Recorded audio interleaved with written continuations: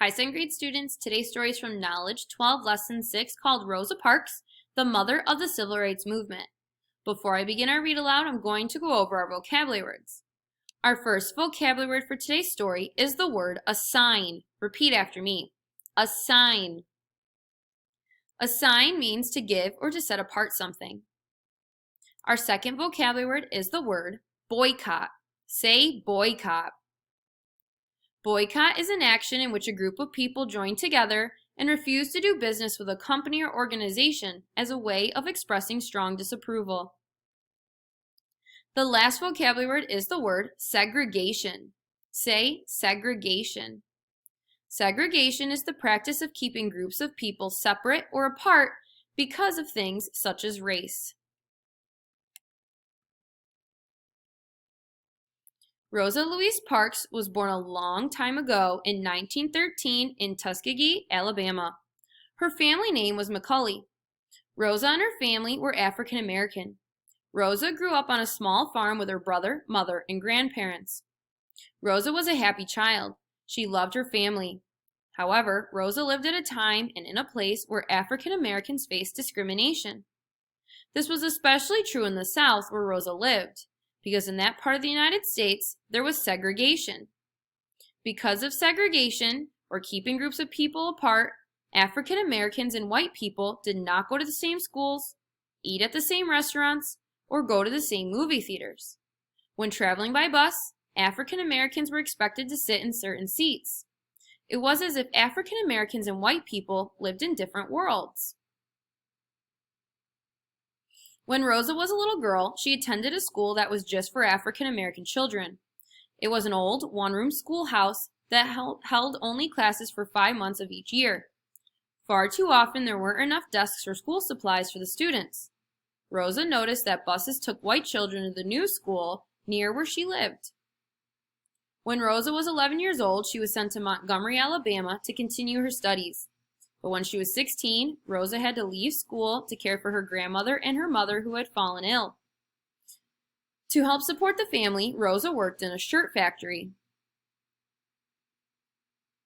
When Rosa was 19, she married Raymond Parks. Raymond was a barber. He was also actively involved in the Montgomery chapter of the National Association for the Advancement of Colored People.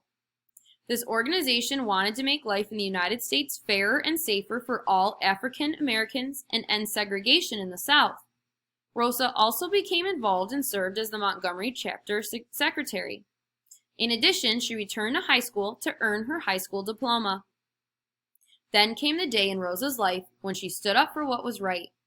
Actually, Rosa did not stand up at all, and that's the reason why we remember and honor Rosa Parks to this day. The evening of December 1st, 1955, in Montgomery, Alabama was cold. The streets were full of people shopping or making their way home from work. By this time, Rosa had a job as a seamstress at a local department store. Her day had just ended, and she had rushed to catch the city bus that would take her home. As Rosa boarded the bus, she could see that it was already quite full. Because the section at the back of the bus where African Americans usually sat was so full, Rosa found a seat near the middle of the bus. The seat Rosa found was just behind the seats reserved for white people. Before long, all the seats on the bus were full, and several white people were left standing. Back then, the bus driver had the authority or power to move people, and African Americans were the first to be moved. The bus driver noticed the people standing and ordered several African American people on the bus to give up their seats.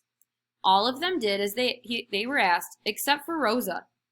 When the bus driver told Rosa that if she did not stand up, he would call the police to come and arrest her, she quietly responded, "You may do that." When he asked her one more time to stand up, Rosa responded by saying, "I don't think I should have to stand up." The bus driver made the call, and before long, a police officer arrived. The officer wanted to know why she would not give up her seat. Rosa responded by asking the officer a question. "Why are you always pushing us around?" she asked. Rosa was arrested and taken to police headquarters.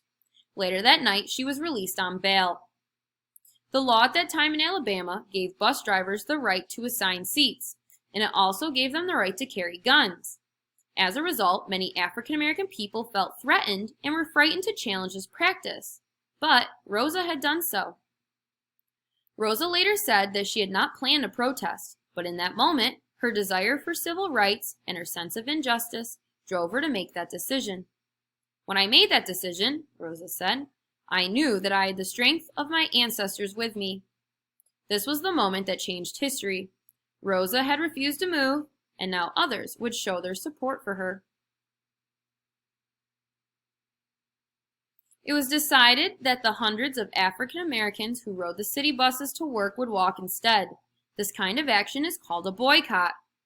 The NAACP began to organize what became known as the Montgomery Bus Boycott. African American women's groups began to organize too. A young man named Dr. Martin Luther King Jr. led the boycott. Dr. King said, "We will walk until justice runs down like water and righteousness like a mighty stream." Beginning on December 5, 1955, people refused to ride the city buses in Montgomery. The boycott lasted for 382 days. Without passengers to ride the buses couldn't afford to run. At that time in Montgomery, more than 7 out of every 10 riders on buses were African American. Businesses were disrupted. Many white people supported the boycott too. On November 13, 1956, the United States Supreme Court decided that Montgomery's segregated bus seating was unconstitutional. That meant that it was against the law. A court order was served on December 20, 1956, and the boycott ended the next day. After that, buses were integrated and African American people could sit wherever they wanted. That boycott became a powerful way for people to peacefully protest. Rosa Parks' actions helped to start the civil rights movement. In fact, Rosa became known as the mother of the civil rights movement. Rosa remained an active member of the NAACP and other civil rights groups. She showed her support for Dr. Martin Luther King Jr. by participating in civil rights marches. Rosa became a member of the staff of a Michigan congressman.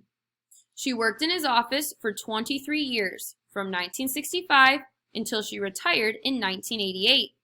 Rosa also founded an institution to help young people complete their education. In her lifetime, Rosa received several awards for her courage and her work. In 1979, the NAACP awarded Rosa its Spingarn Medal. Rosa also received 2 of the U.S. government's most important civilian honors, or those honors given to people who aren't serving in our military. Rosa received the Presidential Medal of Freedom in 1996 and the Congressional Gold Medal of Honor in 1999. Rosa once said, "I'd see the bus pass every day, but to me, that was a way of life. We had no choice but to accept what was the custom. The bus was among the first ways I realized there was a black world and a white world." Incredibly, by her own actions, Rosa Parks changed the world. Rosa became a symbol of the power of nonviolence. Her quiet, courageous act changed America and changed the course of history.